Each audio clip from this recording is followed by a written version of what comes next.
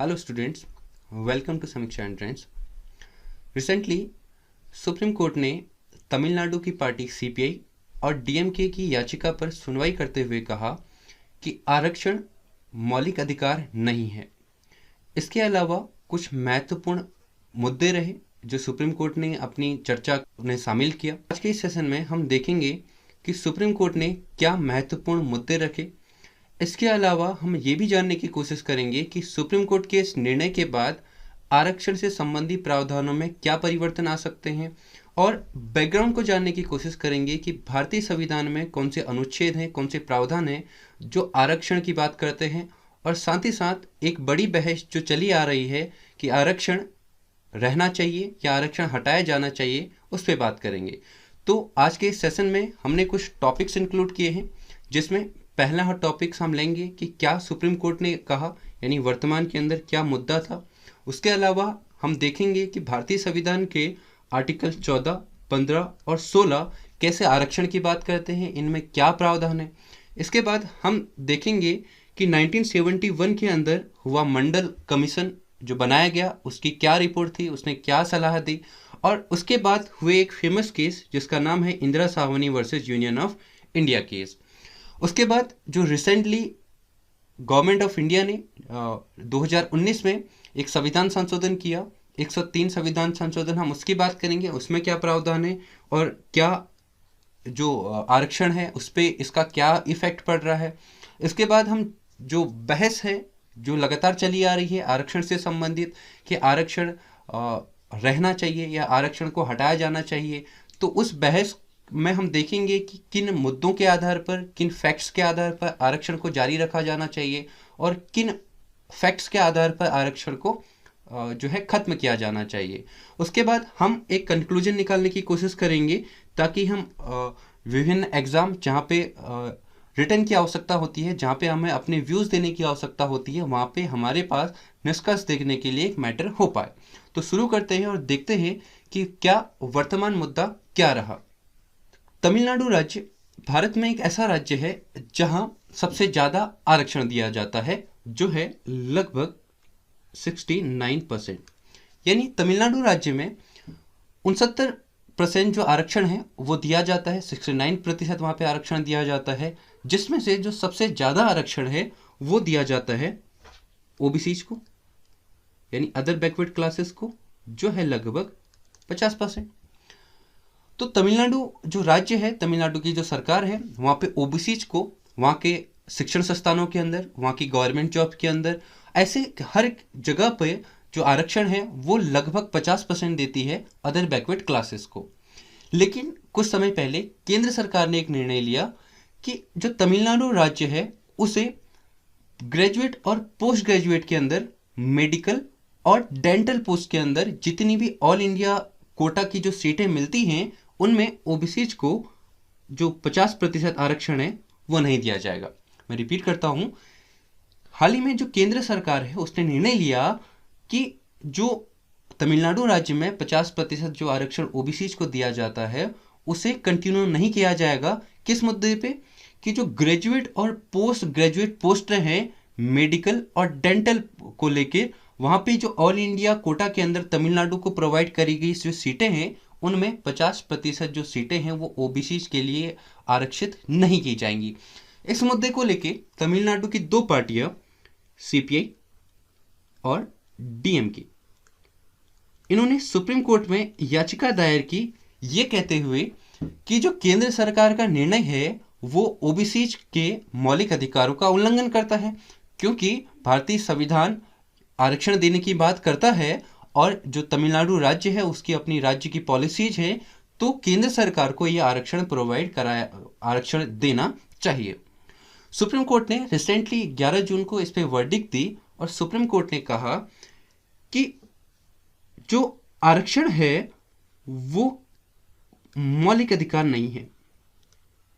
मौलिक अधिकार यानी जो फंडामेंटल राइट है वो आरक्षण नहीं है। सिंपली सुप्रीम कोर्ट का कहने का मतलब ये था कि जो भारत के अंदर जो आरक्षण दिया जा रहा है वो किसी का मौलिक अधिकार नहीं है। कहने का मतलब ये है कि अगर इंडिया के अंदर जो आरक्षण दिया जा रहा है उसके पीछे कुछ कारण हैं। कुछ लोगों की सामाजिक पिछड़ापन, कुछ लोगों का आर्थिक पिछड़ापन, या फिर कुछ लोगों का शैक्षिक पिछड़ापन होने के कारण उनके अपलिमेंट के लिए ये प्रोग्राम चलाया जा रहा है, न कि किसी को मौलिक अधिकार के तौर पर ये दिया गया है। सुप्रीम कोर्ट की जो वर्डिक्ट थी, जहाँ पे सुप्रीम कोर्ट ने साफ तौर पर कहा कि आरक्षण किसी का भी मौलिक अधिकार नहीं है, इससे न सिर्फ एक बहस खड़ी हुई है, बल्कि इससे आने वाले समय में आरक्षण को लेकर काफ़ी बड़े निर्णय आ सकते हैं या काफ़ी इसका प्रभाव पड़ सकता है।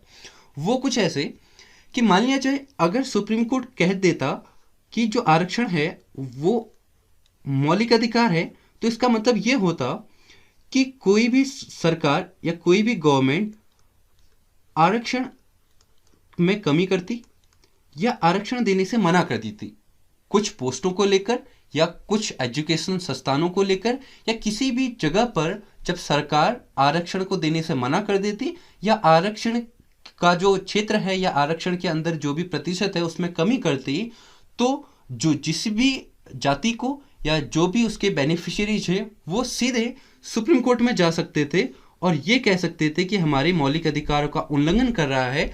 और क्योंकि सुप्रीम कोर्ट कह चुका होता कि ये मौलिक अधिकार है, तो तब सुप्रीम कोर्ट को इन निर्णयों को, जहाँ पे सरकारें आरक्षण को कम कर दे रही हैं या आरक्षण को खत्म करने की बात कर रही है, उन नीतियों को असंवैधानिक करार देना होता।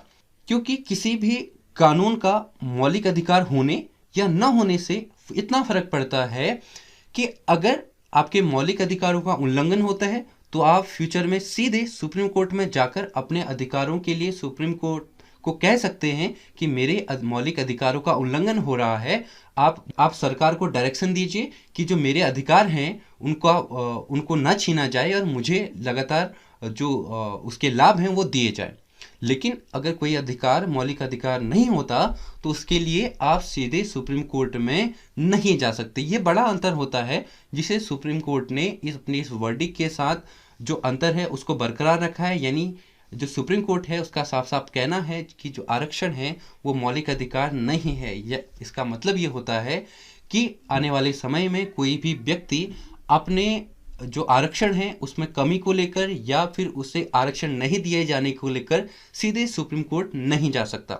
हालांकि वो जो सामान्य कोर्ट का प्रोसीजर होता है, हाई कोर्ट या फिर लोअर कोर्ट के माध्यम से सुप्रीम कोर्ट जा सकता है, लेकिन वो सीधे सुप्रीम कोर्ट नहीं जा सकता। ये बड़ा अंतर है जो सुप्रीम कोर्ट की इस वर्डिक्ट के बाद आने वाला है। हम जानने की कोशिश करते हैं कि भारत का संविधान इन मामलों में क्या नीतियां कहता है या क्या प्रावधान बनाता है। तो सबसे पहले हम बात करते हैं आर्टिकल 14 की। भारतीय संविधान का अनुच्छेद 14 कहता है इक्वलिटी बिफोर द लॉ और equal protection of the laws. कहने का मतलब है कानून के समक्ष क्षमता, एक कानून की समान सुरक्षा। इसका मतलब क्या है? यहाँ पे आपको दो प्रावधान देखेंगे। पहला पार्ट जो कहता है वो कहता है इक्वलिटी बिफोर लॉ यानी कानून के समक्ष क्षमता, और दूसरा पार्ट कहता है इक्वल प्रोटेक्शन ऑफ लॉज यानी कानून की समान सुरक्षा। दोनों को हम समझने की अगर कोशिश करें तो ये नियम कुछ ऐसा कहता है कि मान लिया जाए एक रेस आयोजित की गई, एक दौड़ आयोजित की गई जिसमें कुछ लोगों ने पार्टिसिपेट किया। इसमें एक बच्चा था, दूसरा नौजवान है और तीसरा एक वृद्ध व्यक्ति है। यानी एक दौड़ आयोजित कराई गई जिसमें एक बच्चा है, एक नौजवान है और तीसरा एक वृद्ध व्यक्ति है, बूढ़े व्यक्ति हैं। तीनों को अगर हमने ये कहा कि तीनों में से जो दौड़ होगी उसको पहला माना जाएगा जो फर्स्ट आएगा, मतलब जो सबसे कम समय में इस दौड़ को पूरी करेगा उसे इस दौड़ का विजेता माना जाएगा। अब आप देखें तो ये क्या समानता है? बिल्कुल ये समानता है, क्योंकि हमने तीनों को एक नज़रिए से देखा, हमने तीनों में भेदभाव नहीं किया, हमने किसी भी आधार पर तीनों में किसी भी तरीके का भेदभाव नहीं किया। हमने सिंपली कहा कि ये जो दौड़ है उसके अंदर पहला व्यक्ति वो माना जाएगा, विजेता वो माना जाएगा जो सबसे कम समय में करेगा। हमने बिल्कुल भी ये नहीं देखा कि दौड़ने वालों के अंदर एक बच्चा है, एक नौजवान है और वृद्ध व्यक्ति है। यानी तीनों में सबसे जो सामर्थ्य है वो नौजवान है, जबकि वृद्ध व्यक्ति हो सकते हैं सबसे कम सामर्थ्य हो। तो ऐसी दशा के अंदर जब ऐसी कुछ नीतियां बनाई जाती हैं तो ये समानता जरूर है, लेकिन इसमें क्या नहीं है, इसमें न्याय नहीं है, इसमें जस्टिस नहीं है। तो जस्टिस हो पाए उसके लिए हम क्या प्रावधान करें? हम ऐसा कुछ कोशिश करें कि नौजवान व्यक्ति को जहाँ पे हमने खड़ा किया है उससे कुछ आगे बच्चे को खड़ा किया जाए और कुछ और आगे वृद्ध व्यक्ति को खड़ा किया जाए, ताकि तीनों को बराबर संभावनाएं मिल सके, इनके पास बराबर अपॉर्चुनिटीज हो कि इस रेस के विजेता हो पाए। तो ये जो कॉन्सेप्ट है जहां पे सरकार, अगर आप देखें तो इस अवस्था में जहां पे सरकार एक व्यक्ति को आगे और दूसरे को उससे आगे खड़ा कर रही है, तो ये भेदभाव है। सरकार ने सामर्थ्य के आधार पर भेदभाव किया। सरकार ने देखा कि जो बच्चा है वो कम सामर्थ्य है नौजवान से, और जो वृद्ध है वो बच्चे से भी कम सामर्थ्य है उनके अंदर, तो इस आधार पर उन्होंने भेदभाव किया। ये भेदभाव है। लेकिन क्या ये आर्टिकल 14 का उल्लंघन है? क्या ये समानता का उल्लंघन है? नहीं। क्यों? क्योंकि इक्वल प्रोटेक्शन ऑफ लॉ बात करता है अफर्मेटिव एक्शन पॉलिसी यानी विभेदक बर्ताव की। विभेदक बर्ताव अगर आप देखें तो यहाँ पे बच्चे के साथ अलग बर्ताव किया गया, नौजवान के साथ अलग और वृद्ध के साथ अलग, यानी तीनों के साथ अलग अलग बर्ताव किया गया। कहने का मतलब यह है कि जो ये अफर्मेटिव एक्शन अपनाया गया या विभेदक बर्ताव लिया गया वो इनकी दशा को देख कर अपनाया गया।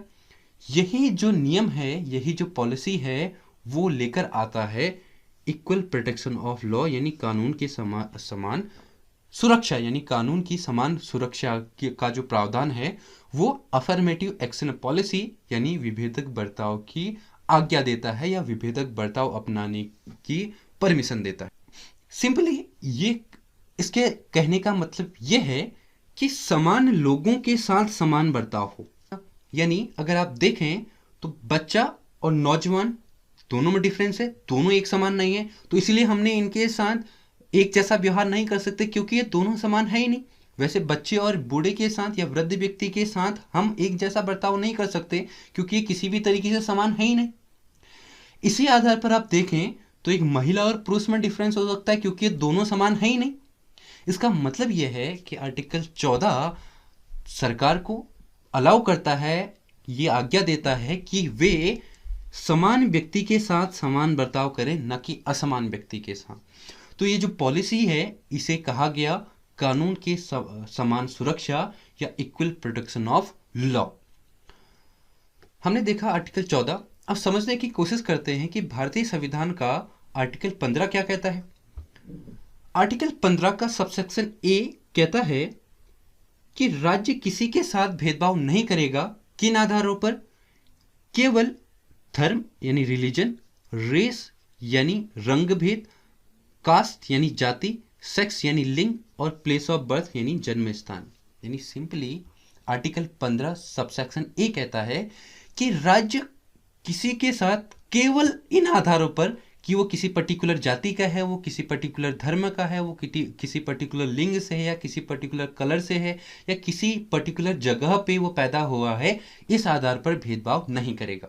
सिंपली कहने का मतलब ये है कि मान लिया जाए सरकार एक पॉलिसी बनाती है कि जो जॉब्स है किसी पर्टिकुलर जगह पे, ये जॉब सिर्फ महिलाओं को दी जाएंगी या फिर ये जॉब सिर्फ किसी पर्टिकुलर धर्म वालों को दी जाएंगी, तो ये साफ तौर पर आर्टिकल 15 का उल्लंघन होगा। क्योंकि आर्टिकल 15 कहता है कि आप सिर्फ किसी को इस आधार पर भेदभाव नहीं कर सकते कि वो किसी पर्टिकुलर धर्म का हो, किसी पर्टिकुलर जाति का हो या किसी विशेष लिंग का हो। तो सिंपली आर्टिकल 15 कहता है कि किसी के साथ भेदभाव नहीं होगा, कि केवल वो किसी पर्टिकुलर धर्म, जाति, लिंग, जन्म स्थान या उनमें से प्लेस ऑफ बर्थ किसी भी आधार पर उनके साथ भेदभाव नहीं होगा। अब यहाँ पे एक चीज समझने की कोशिश करें।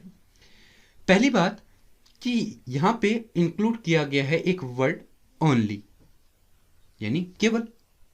इसका मतलब यह है कि राज्य भेदभाव नहीं करेगा केवल इन आधारों पर जो यहाँ पे लिखे गए हैं।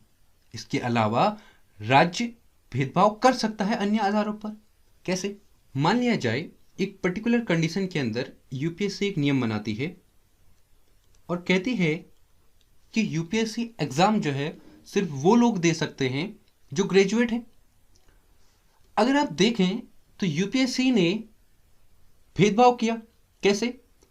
यूपीएससी कहती है कि वो लोग एंट्री करेंगे उनको आने दिया जाएगा जिनका ग्रेजुएशन पूरा हो गया है, और उनको नहीं आने दिया जाएगा जो ग्रेजुएशन जिनका कंप्लीट नहीं हुआ है। इसका मतलब है कि यूपीएससी ने भेदभाव किया। यूपीएससी ने मान लिया जाए यूपीएससी के सामने दो लोग खड़े हैं, एक जिसका ग्रेजुएशन पूरा हो गया है, दूसरा जिसका नहीं हुआ है। तो यूपीएससी कहेगी कि जिसका ग्रेजुएशन पूरा हो गया है वो आ जाइए, और जिसका ग्रेजुएशन पूरा नहीं हुआ वो नहीं दे सकता एग्जाम।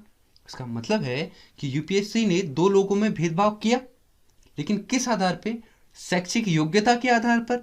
जबकि आर्टिकल 15 कहता है कि भेदभाव नहीं किया जाएगा, केवल जाति, धर्म, लिंग, प्लेस ऑफ बर्थ इन आधार पे। वहाँ पे कहीं भी ऐसा नहीं कहा गया कि शैक्षिक आधार पे भेदभाव नहीं होगा। तो इसका मतलब है कि जो सरकारें हैं या जो राज्य है या कोई भी जो पॉलिसी है उसके अंदर भेदभाव किया जा सकता है, लेकिन वो भेदभाव केवल इस आधार पर ना हो कि वो जाति, लिंग, जन्म स्थान या फिर उसका रंग भेद इन आधारों पे किया गया। आर्टिकल 15 सेकंड ये कहता है कि कोई भी व्यक्ति यानी प्राइवेट व्यक्ति किसी भी अन्य व्यक्ति के साथ भेदभाव नहीं करेगा। किन आधारों पर? वही धर्म, जाति, लिंग, जन्म स्थान या किन इन आधारों पर। सिंपल। उसके बाद आर्टिकल 15(3) एक एक्सेप्शन जोड़ता है जो आर्टिकल 15 और 1 और 2 के हैं। वो क्या है? आर्टिकल 15(3) कहता है कि इस अनुच्छेद का मतलब है कि 15(2) और 15(1) के अंदर जो प्रावधान है उनमें से कुछ भी राज्य को महिलाओं और बच्चों के लिए कोई विशेष प्रावधान बनाने से नहीं रोकेगा।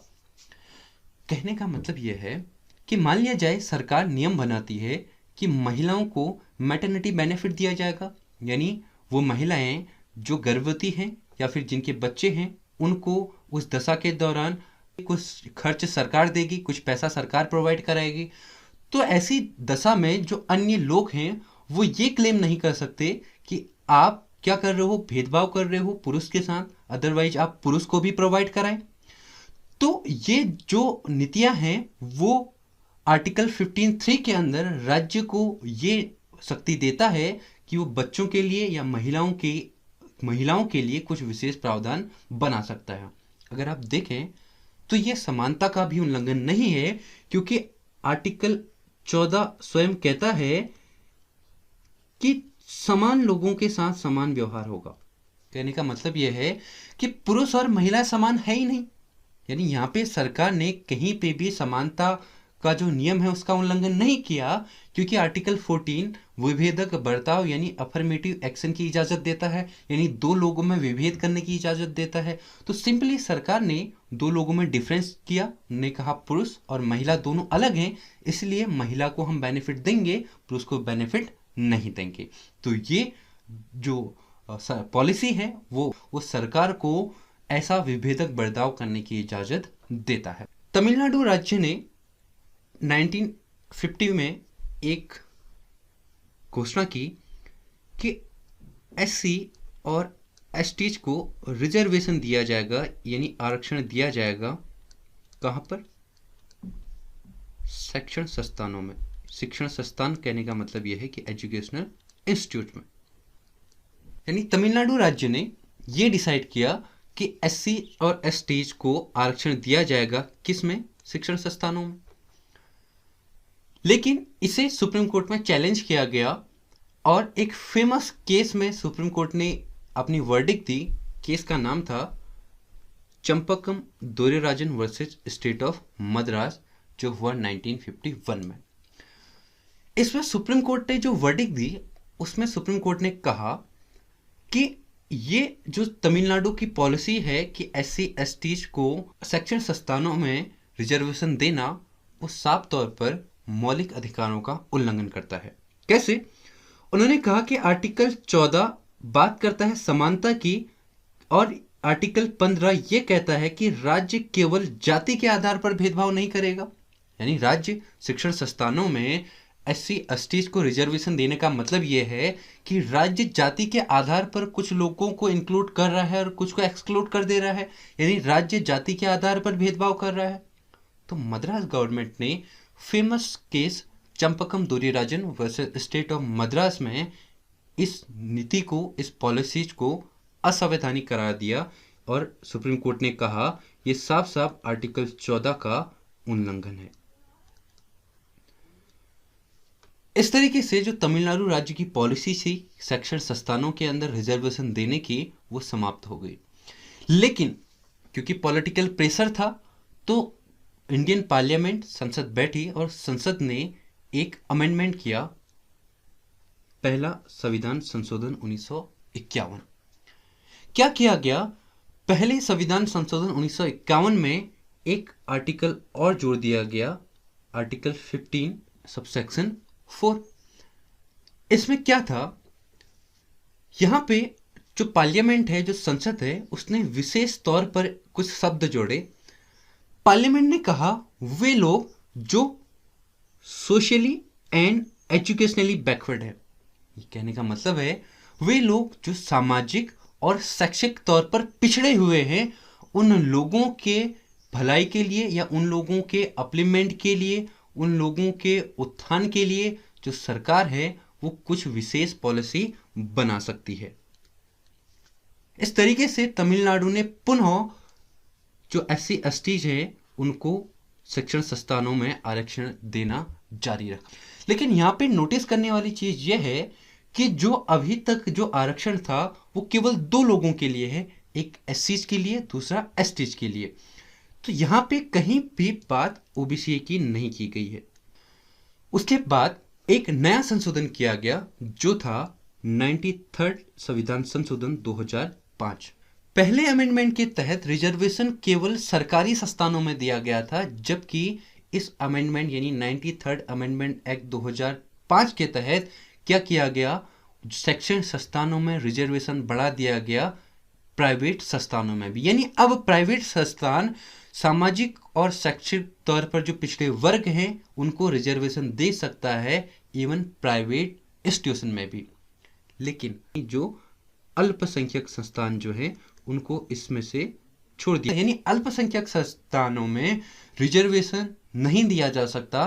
बाकी जो अन्य संस्थान हैं, प्राइवेट संस्थान हो, वो चाहे सरकारी संस्थान हो, शैक्षणिक संस्थानों में SCs और STs के लिए रिजर्वेशन दिया जाएगा। ऐसा 93rd अमेंडमेंट एक्ट 2005 से शुरू हो गया। नेक्स्ट देखते हैं आर्टिकल 16। आर्टिकल 16 क्या कहता है?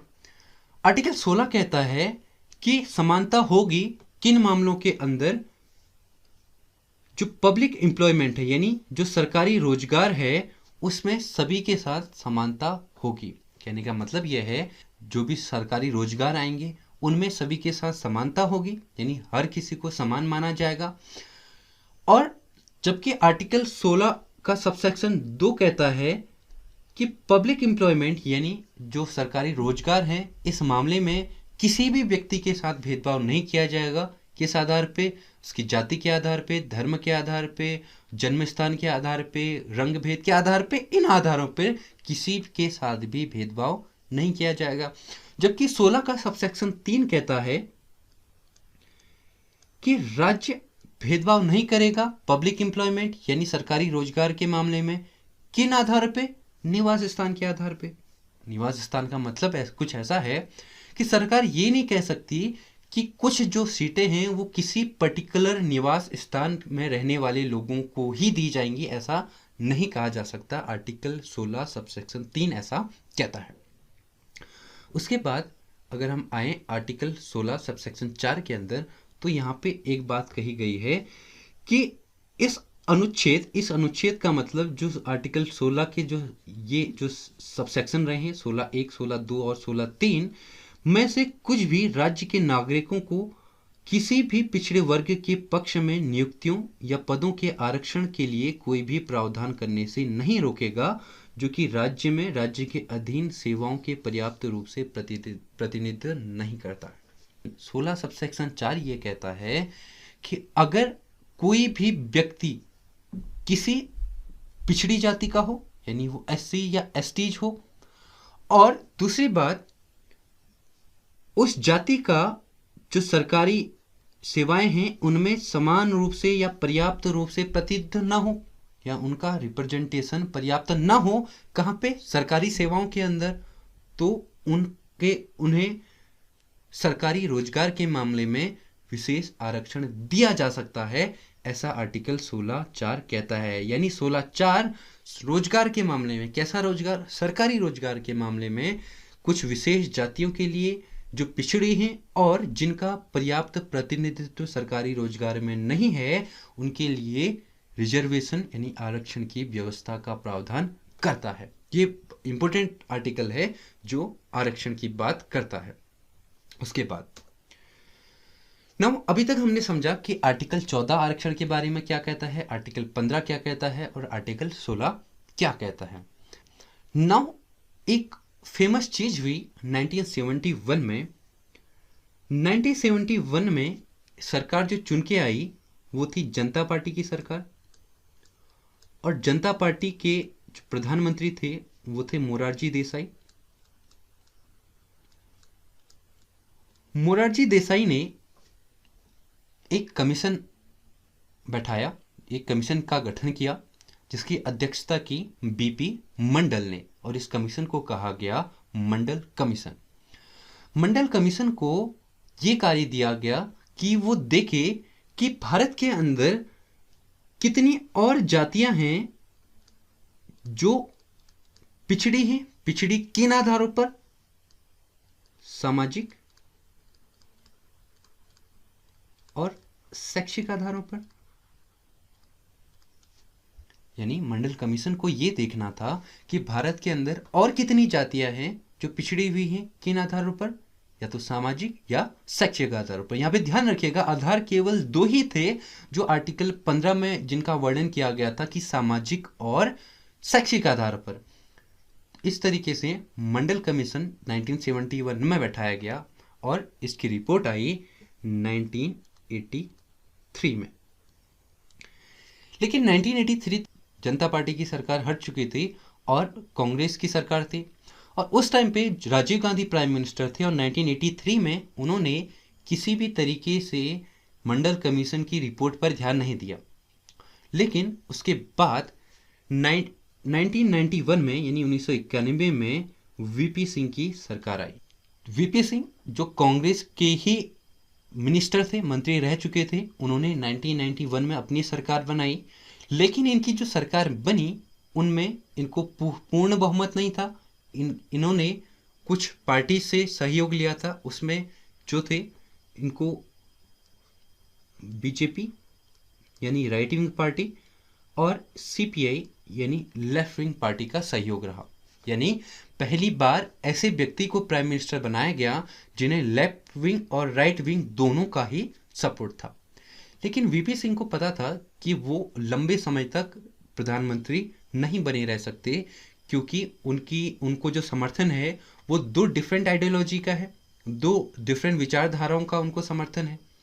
तो इसीलिए उन्होंने विचार किया, मंडल कमीशन था उनकी रिपोर्ट पर, उन्होंने तय कर लिया कि वो मंडल कमीशन की जो रिपोर्ट है, मंडल कमीशन की जो सलाह है, उनको लागू करें। मंडल कमीशन ने अपनी रिपोर्ट में कहा था कि भारत में एससी और एसटी को छोड़कर अन्य लगभग 52% यानी 52% पॉपुलेशन ऐसी है जो अभी भी सामाजिक और शैक्षिक आधार पर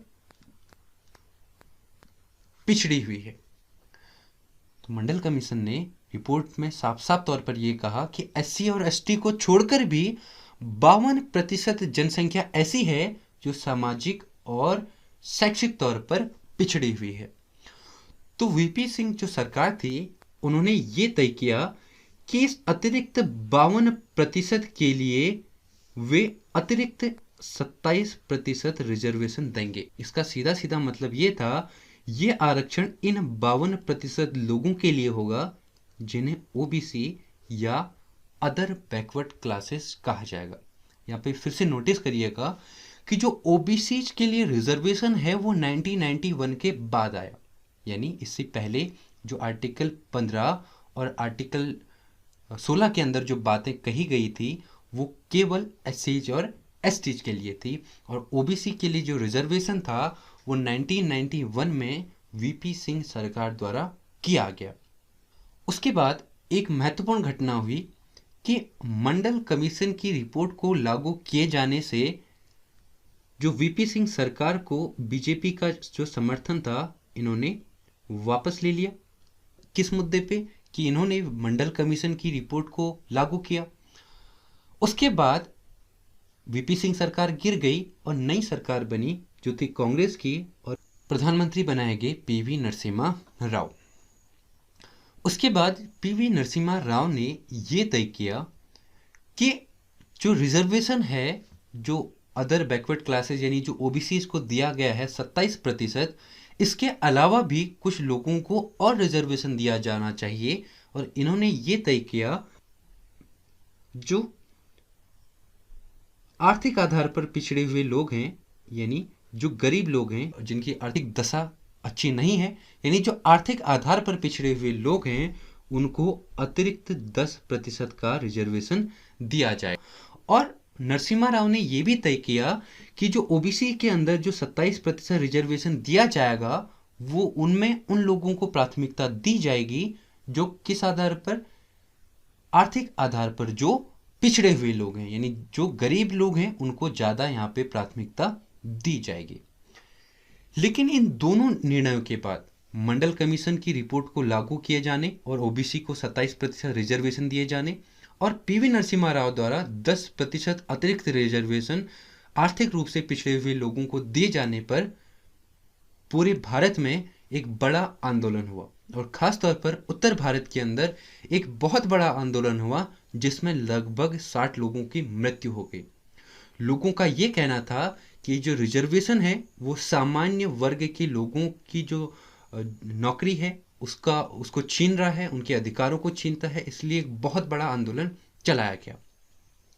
उसके बाद इस आंदोलन को देखते हुए एक महिला जिनका नाम था इंदिरा साहवनी, इन्होंने ये तय किया कि ये सुप्रीम कोर्ट में इन दोनों निर्णयों को चुनौती देंगी, यानी वीपी सिंह सरकार की जो ओबीसी को 27% रिजर्वेशन दिया जाना और नरसिम्हा राव सरकार की 10% अतिरिक्त रिजर्वेशन दिए जाने, दोनों को जो इंदिरा साहवनी है उन्होंने सुप्रीम कोर्ट में चुनौती दी, और जिसमें सुप्रीम कोर्ट ने सुनवाई की। और यह केस फेमसली जाना जाता है Indira Sawhney versus union of India case जो 1992 में हुआ। इसमें सुप्रीम कोर्ट ने क्या वर्डिक्ट दी देखते हैं। Indira Sawhney versus union of India. Indira Sawhney versus union of India case में दो चीजों को चैलेंज किया गया था। पहला था जिसमें ओबीसी का जो कोटा था 27%, उसको चैलेंज किया गया था कि कैसे ये कोटा दिया गया है। दूसरा चैलेंज किया गया था अतिरिक्त 10% दिए गए आर्थिक रिजर्वेशन को। दोनों की संवैधानिकता की जांच करने के लिए सुप्रीम कोर्ट में इंदिरा साहवनी ने केस किया। इस केस में सुप्रीम कोर्ट ने एक वर्डिक्ट दी। सुप्रीम कोर्ट ने कहा जो ओबीसी को दिया गया 27% आरक्षण है ये दिया जा सकता है, यह संवैधानिक है या इसे दिया जा सकता है, लेकिन सिर्फ 5 कंडीशनों पर। वो क्या है वो कंडीशन? पहली बात कि ये आवश्यक रूप से सामाजिक और शैक्षणिक तौर पर पिछड़ी हुई हो। दूसरी कंडीशन ये रखी गई कि आप ये प्रूफ कीजिए कि इन कास्ट को यानी इन जातियों को जिन्हें 27% रिजर्वेशन दिया गया है इनका सरकारी रोजगार में पर्याप्त प्रतिनिधित्व नहीं है। और तीसरी बात, अगर इन्हें रिजर्वेशन दिया जाता है तो क्रीमी लेयर के आधार पर दिया जाना चाहिए। अभी क्रीमी लेयर क्या है? क्रीमी लेयर का मतलब यह है कि कोई व्यक्ति किसी संवैधानिक पोस्ट पे है, जैसे राष्ट्रपति हो, जज हो या फिर सीजीआई हो या कोई ऐसी बड़ी पोस्ट पे हो। उसके अलावा ग्रुप ए ग्रुप बी की जिसके पास नौकरी है, डॉक्टर है, इंजीनियर है, या फिर वर्ग ए और वर्ग बी की जो ऑफिसर्स हैं ऐसी कुछ रैंक पे हो, तो इनके जो बच्चे हैं उनको रिजर्वेशन नहीं दिया जाएगा। सीधा सीधा जो सुप्रीम कोर्ट है उसका निर्देश ये था कि जो ओबीसीज है उनको रिजर्वेशन दीजिए, लेकिन एक ही जनरेशन में। मान लिया जाए यदि किसी के फादर को रिजर्वेशन मिला और वो किसी सरकारी जॉब्स के अंदर ग्रुप ए ग्रुप बी के अंदर वो अगर चले जाते हैं या किसी सरकारी जॉब में उन्हें मिल जाती है, उसके बाद उनकी पूरी जनरेशन में किसी को भी जो है वो आरक्षण नहीं दिया जाएगा सरकारी रोजगार के मामले में। यही संकल्पना कहलाई क्रीमी लेयर की। तो सुप्रीम कोर्ट ने कहा ठीक है, आप ओबीसी को रिजर्वेशन दीजिए, लेकिन वो सामाजिक और शैक्षणिक तौर पर पिछड़ी हुआ होना चाहिए। दूसरा, उसको आप ये प्रूफ कीजिए कि वो उनका जो रिप्रेजेंटेशन है वो पर्याप्त नहीं है सरकारी रोजगार के मामले में। तीसरा, आरक्षण क्रीमी लेयर होना चाहिए, यानी उन लोगों को नहीं आरक्षण मिलना चाहिए जिनके पेरेंट्स किसी सरकारी नौकरी में हैं या ग्रुप ए ग्रुप बी या ऐसी सरकारी नौकरी में है जिनकी एनुअल इनकम 8 लाख से ऊपर की होती है। उसके अलावा चौथी कंडीशन ये रखी कि जो टोटल आरक्षण है वो 50% से अधिक न हो। टोटल आरक्षण का मतलब यह है कि अभी जो आरक्षण है वो एससी को 15%, एसटी को 7.5% और ओबीसी को 27%, यानी टोटल मिला 49.5% का जो आरक्षण है वो टोटल हो जाता है। यानी सरकार ने कहा एससी, एसटी और ओबीसी तीनों कैटेगरी को मिला के किसी भी तरीके से आरक्षण 50% से अधिक नहीं होना चाहिए। इसके अलावा एक और कंडीशन रखी गई कि आरक्षण इतना ही दिया जाए कि जो कार्य क्षमता है यानी जो मेरिट है उस पर किसी भी प्रकार का प्रभाव ना पड़े।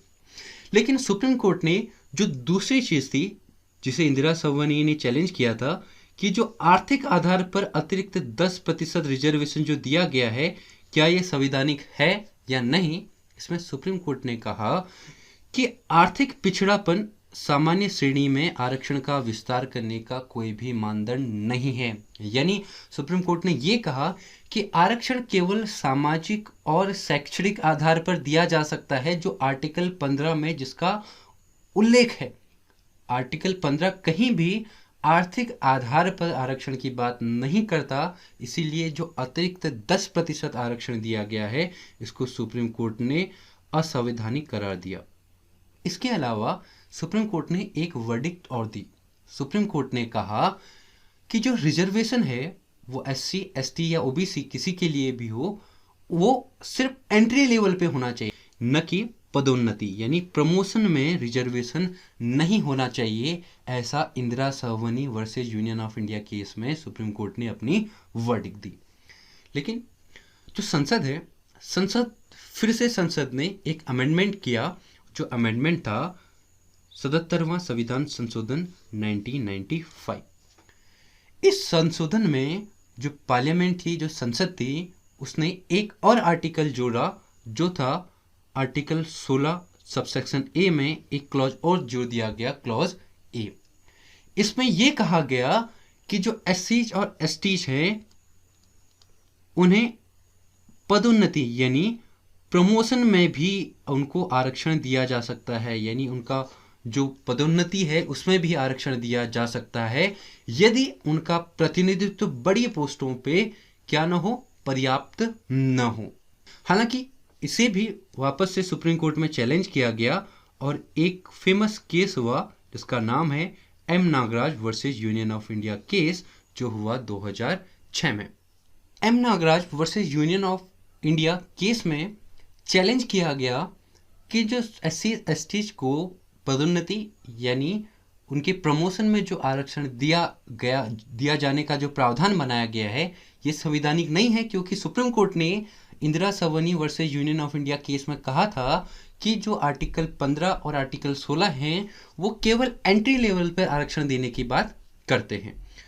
इस केस में सुप्रीम कोर्ट ने ये कहा कि जो प्रमोशन में आरक्षण दिए जाने का प्रावधान है वो रह सकता है, यानी वो दिया जा सकता है, बस क्या ना हो, किसी भी तौर पर कार्य क्षमता प्रभावित ना हो, यानी मेरिट का लॉस ना हो। यानी सुप्रीम कोर्ट ने M Nagaraj versus union of India case में प्रमोशन में आरक्षण दिए जाने की बात को संवैधानिक करार दिया।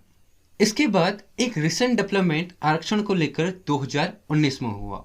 वो क्या था?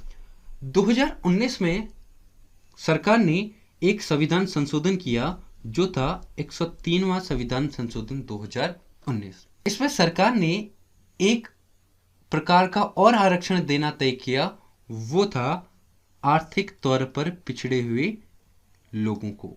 यानी वे सभी लोग जो आर्थिक तौर पर पिछड़े हुए हैं उनको 10% अतिरिक्त आरक्षण दिया जाएगा, ऐसा सरकार ने संविधान संशोधन के तहत प्रावधान बनाया। अब एक क्वेश्चन ये रहेगा दिमाग में आपके कि जब 1992 के अंदर नरसिम्हा राव सरकार ने तय किया कि जो रिजर्वेशन है वो आर्थिक आधार पर दिया जाएगा, उन्होंने भी 10% आरक्षण की बात कही थी, उसे सुप्रीम कोर्ट ने असंवैधानिक करार दिया। लेकिन ये उसके बावजूद भी ये आरक्षण कैसे दिया गया? तो उस समय जब नरसिम्हा राव सरकार ने जब 10% आरक्षण देने की बात कही, वो केवल एक रिजोल्यूशन था, यानी सरकार का एक नीति थी। वहां पे कहीं भी संविधान संशोधन नहीं किया गया।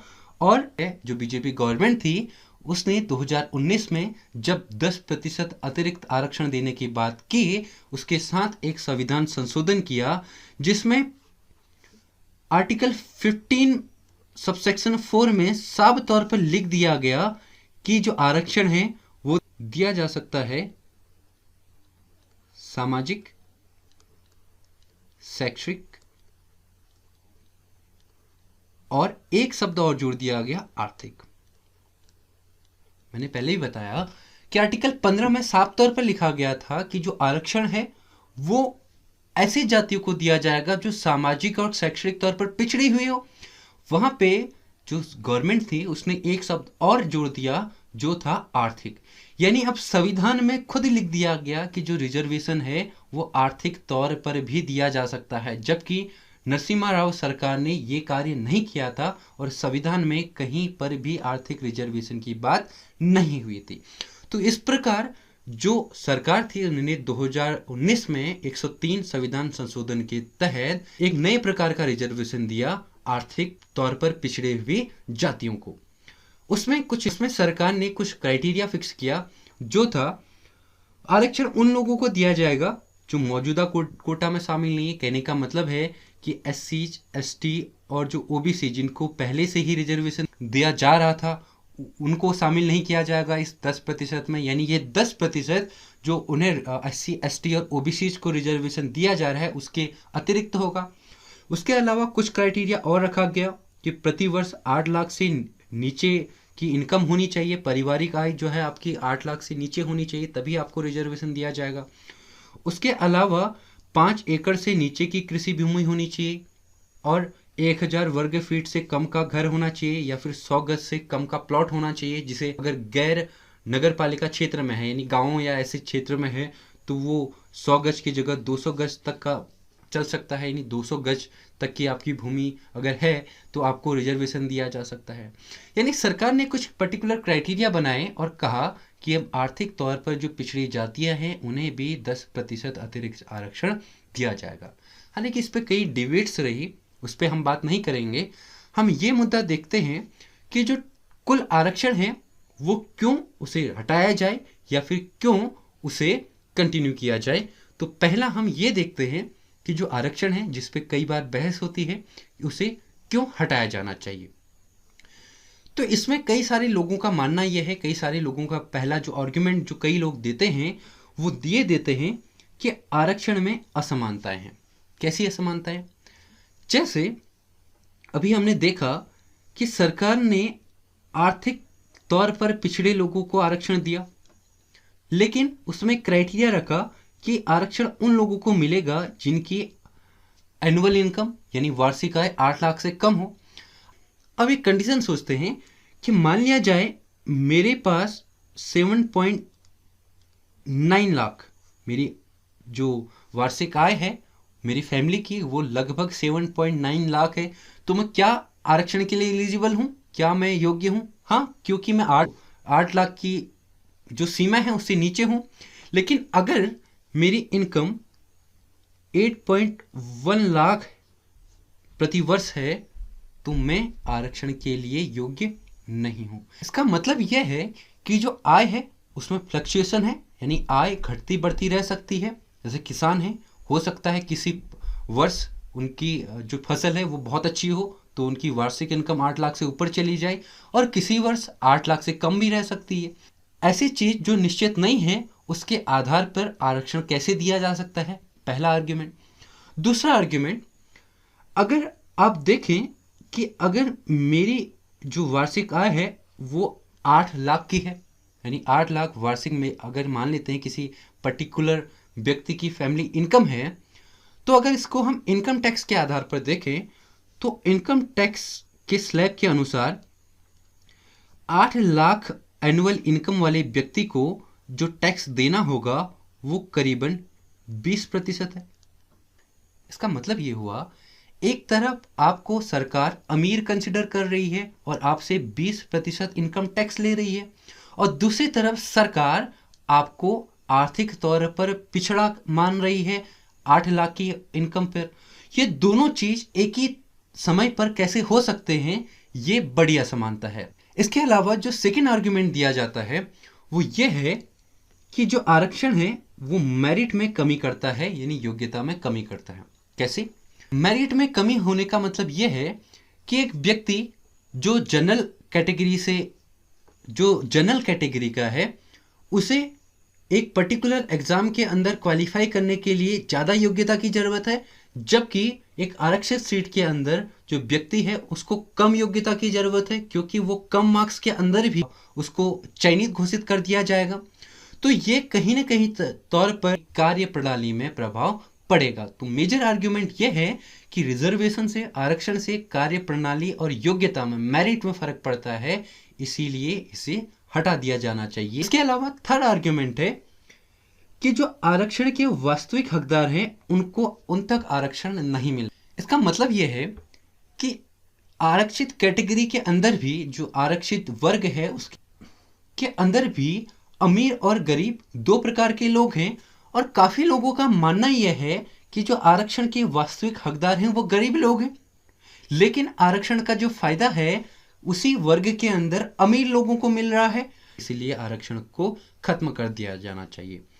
चौथा एक आर्ग्यूमेंट कई बार दिया जाता है कि स्कूल सर्टिफिकेट और जो एग्जाम के अंदर जो पूछा जाता है कि आप किस वर्ग से बिलोंग करते हैं, तो ये कहीं ना कहीं खुद में भेदभाव बढ़ा रहा है। काफी लोगों का ये भी मानना है कि जब तक इस तरीके से स्कूल, कॉलेजेस या किसी भी एग्जाम में एंट्री लेवल पर यह पूछा जाएगा कि आप कौन सी कैटेगरी से हैं, कौन से वर्ग से आप हैं, तो तब तक जो भेदभाव है उसे कम नहीं किया जा सकता।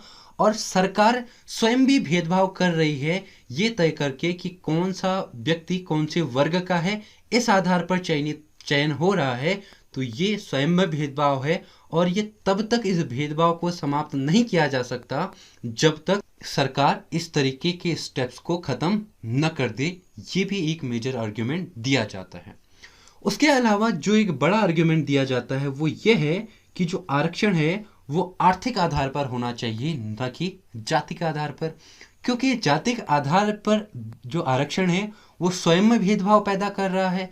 तो इसलिए आरक्षण उन्हें दिया जाए जो आर्थिक तौर पर पिछड़े हुए लोग हैं, यानी जो गरीब हैं, और उन गरीब के अंदर जाति ना देखी जाए, यानी गरीब चाहे ब्राह्मण हो या चाहे वो जनरल कैटेगरी के अन्य जातियां हों या फिर SC ST या अन्य जो पिछड़ी जातियां हैं वो हो, उनमें से सिर्फ इतना देखा जाए कि कौन गरीब है, यानी कौन आर्थिक तौर पर पिछड़ा हुआ है, सिर्फ इसी आधार पर जो रिजर्वेशन है वो दिया जाए, न कि जातिगत आधार पे। तो ये भी मेजर आर्ग्यूमेंट है, इसलिए काफ़ी लोगों का मानना यह है कि आरक्षण जातिगत आधार पर समाप्त कर दिया जाना चाहिए, जबकि जो आरक्षण है उसे आर्थिक तौर पर लागू किया जाना चाहिए। तो ये कुछ आर्ग्यूमेंट्स हैं कि क्यों आरक्षण को खत्म कर दिया जाना चाहिए।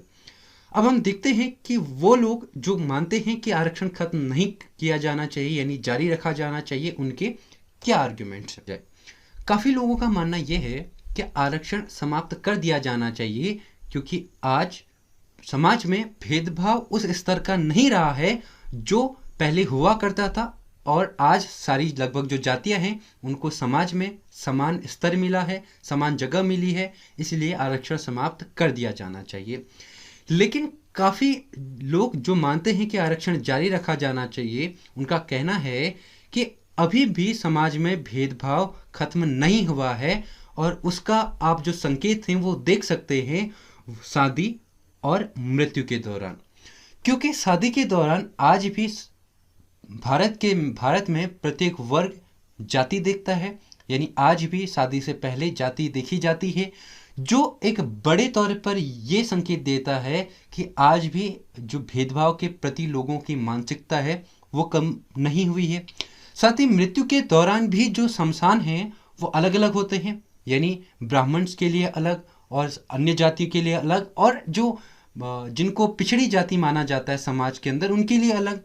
यानी आज भी उस स्तर का जो भेदभाव है वो मानसिक दशा लगातार बनी हुई है। साथ ही साथ कई त्योहार आज भी संकेत देते हैं जाति प्रथा और भेदभाव का, जैसे केरल और तमिलनाडु के अंदर मनाए जाने वाला एक त्योहार अवनियावट्टम। अवनियावट्टम एक त्योहार है जो दक्षिण भारत में केरल और तमिलनाडु खासतौर पर इन राज्यों में मनाया जाता है।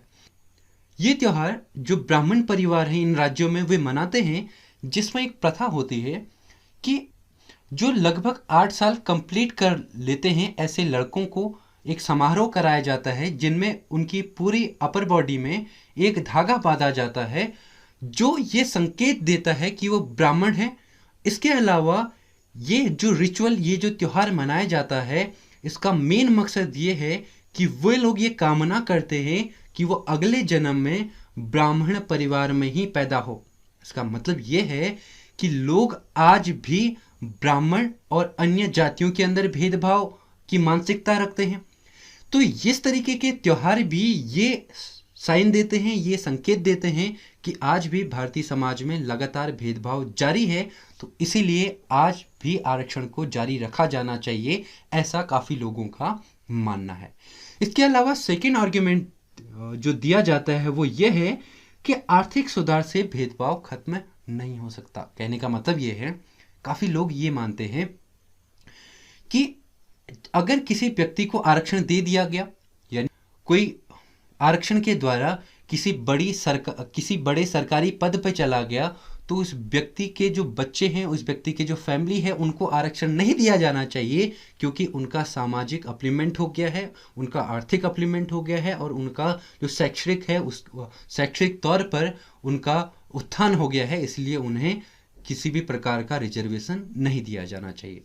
लेकिन इसके अगेंस्ट में आर्ग्यूमेंट दिया जाता है कि जो आर्थिक दशा है वो कहीं भी सामाजिक दशा पर कोई प्रभाव नहीं डालती, यानी आर्थिक दशा ठीक होने से आपकी सामाजिक दशा पर कोई प्रभाव नहीं होता।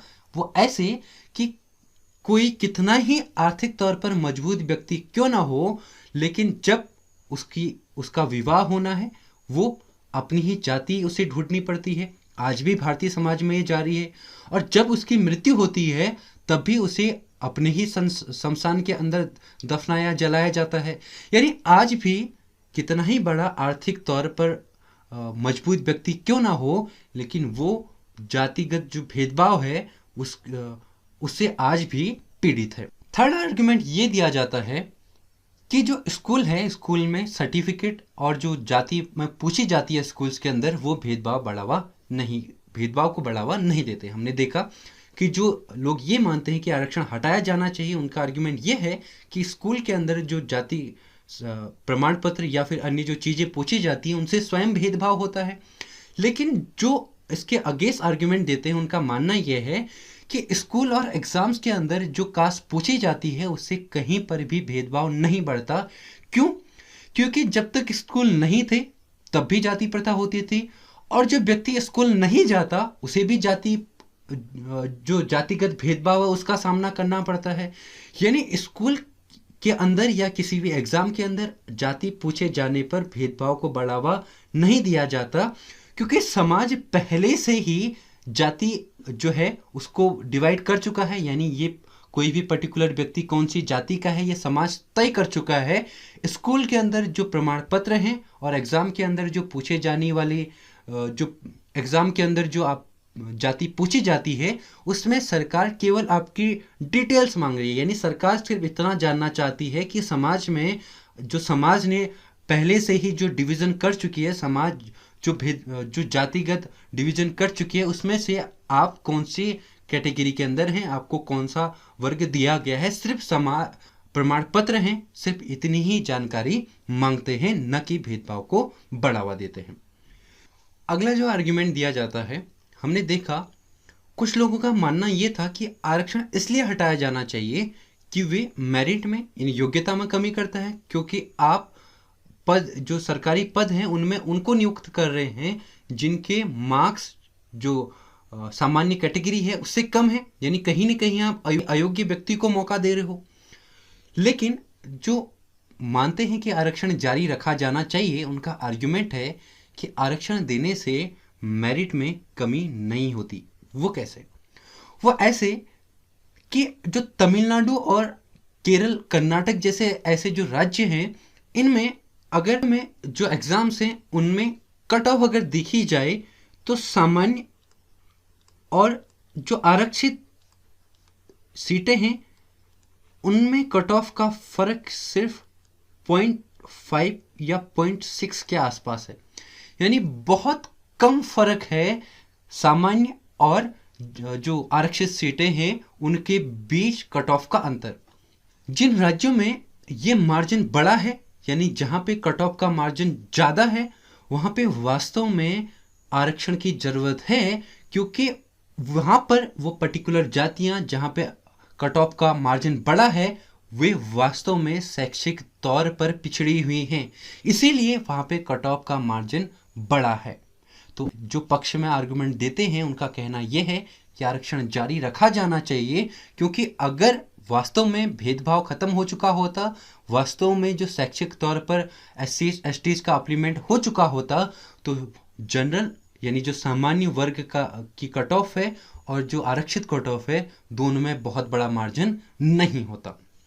के अलावा हमने देखा कि काफ़ी लोगों का मानना यह है कि आरक्षण आर्थिक आधार पर दिया जाना चाहिए, लेकिन कुछ लोग ये भी मानते हैं कि आर्थिक तौर पर आरक्षण नहीं दिया जाना चाहिए, क्योंकि यदि जातिगत आरक्षण मेरिट में कमी करता है तो आर्थिक आधार पर आरक्षण भी मेरिट में कमी करेगा, क्योंकि वहाँ पर भी हम उन लोगों को ज़्यादा प्राथमिकता देंगे जो गरीब हैं, हम वहाँ पर उनकी योग्यता नहीं देखेंगे। इसका मतलब यह है कि ऐसे आरक्षण से भी जो मेरिट है उसमें कमी आएगी। इस तरीके से जो आर्थिक तौर पर आरक्षण है उससे भी मेरिट में कमी आएगी।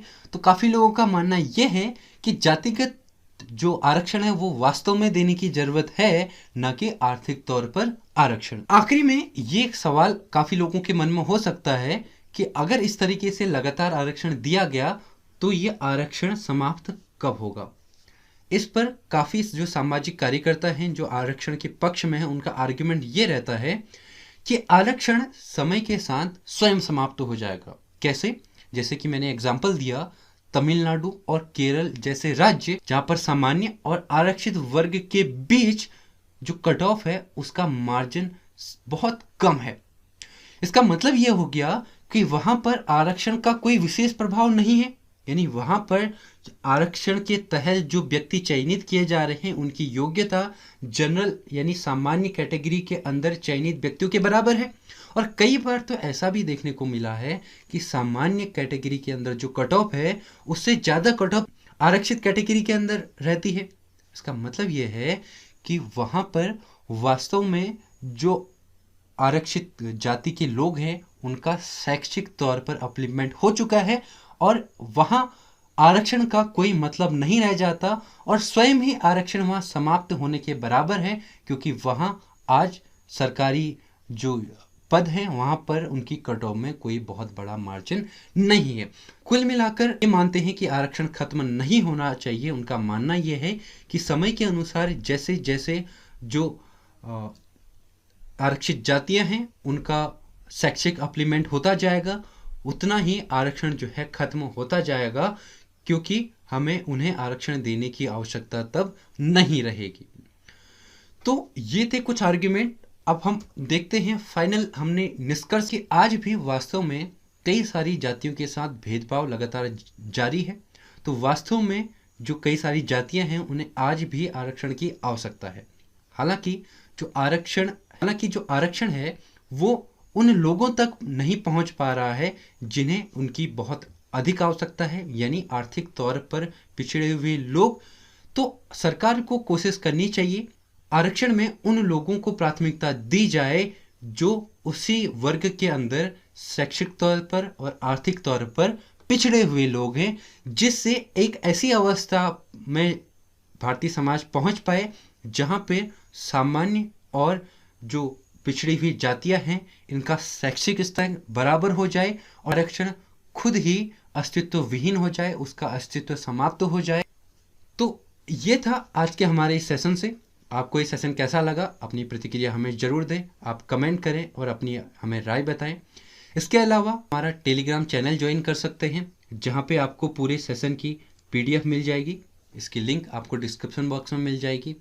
साथ ही आप सब्सक्राइब करें हमारा चैनल और हमें मोटिवेट करें ताकि हम और वीडियोज़ बनाते रहें और ज़्यादा से ज़्यादा इसे अपने दोस्तों और फैमिली के साथ शेयर करें।